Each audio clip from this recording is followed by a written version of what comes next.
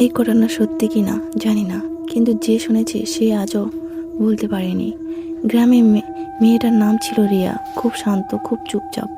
কিন্তু একটা অদ্ভুত বিষয় ছিল, প্রতিদিন রাতে 11টা 17 মিনিট রিয়া হঠাৎ চুপ করে যেত।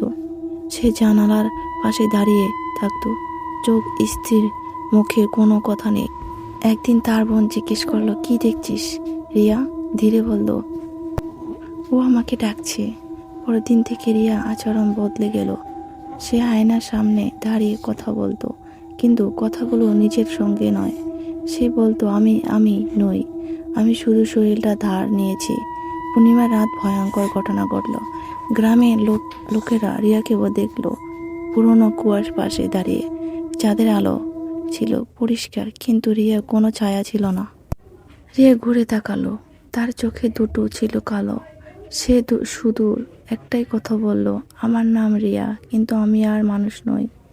সে রাতে পর রিয়াকে আর কেউ দেখেনি, কিন্তু আজও রাত 11টা 17 মিনিট কুয়ার পাশে দিয়ে গেলে শোনা যায় সে আমার নাম ধরে ডাকছে।